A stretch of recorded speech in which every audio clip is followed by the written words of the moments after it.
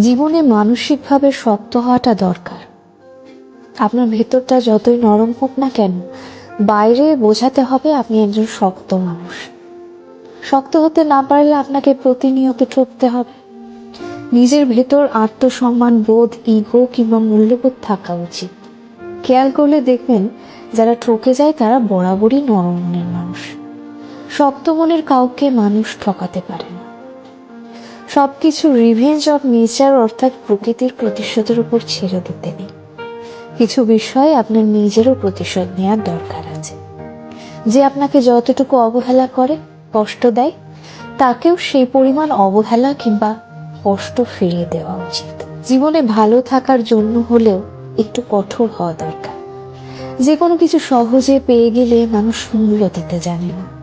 মানুষ হিসেবে আপনি সহজ হতে পারেন, তবে সস্তা কিংবা সহজলভ্য হতে যাবেন। যে আপনাকে যতটুকু দেবে তাকে ততটুকুই ফিরিয়ে দিতে শিখুন, হোক সেটা আঘাত কিংবা ভালোবাসা।